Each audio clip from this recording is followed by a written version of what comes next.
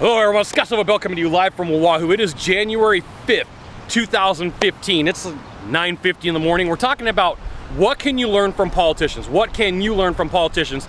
They're gonna help you in the persuasion process, okay? So we got first story. And then the second thing is never mention the competitor's name. Never mention the competitor's name. And you know, a lot of times the politician will be on TV and they'll refer to whatever party. So if they're Republicans here in the United States, they'll refer to the Democrats as the other guys. If they're Democrats, they're gonna refer to the Republicans as the other guys, okay?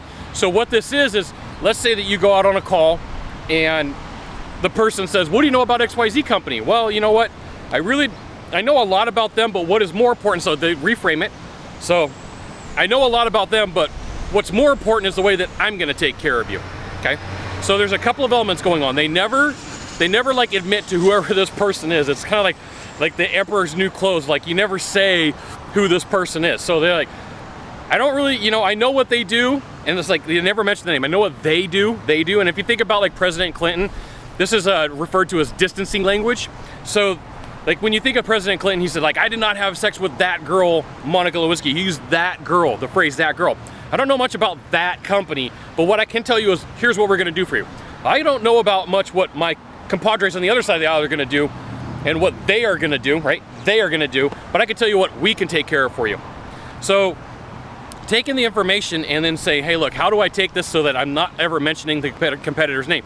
And especially you never wanna mention a competitor's name in a bad light, because it just makes you look like a bad person. It makes you look like all you have to do is complain about people. And you know, I remember when I was out in the field selling every day 7 years ago that people would say stuff like, hey Scott, you know, what do you think about this company? And I would say, hey, my mom would always say, if I don't have anything nice to say, don't say it at all.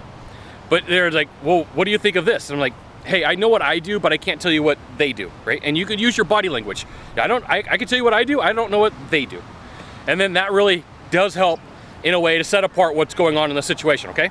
So just know that sometimes by you mentioning the name of somebody, you're giving them power and you're giving them ability to hear everything that's going on. It's not always the best thing.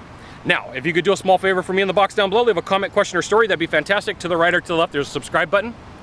Subscribe. And then you can send it out to all your friends via StumbleUpon, Facebook, Twitter, Google+, Scott Sylvan Bell. Only Scott Bell with a Sylvan Bell. See you soon. Thanks for watching. Aloha.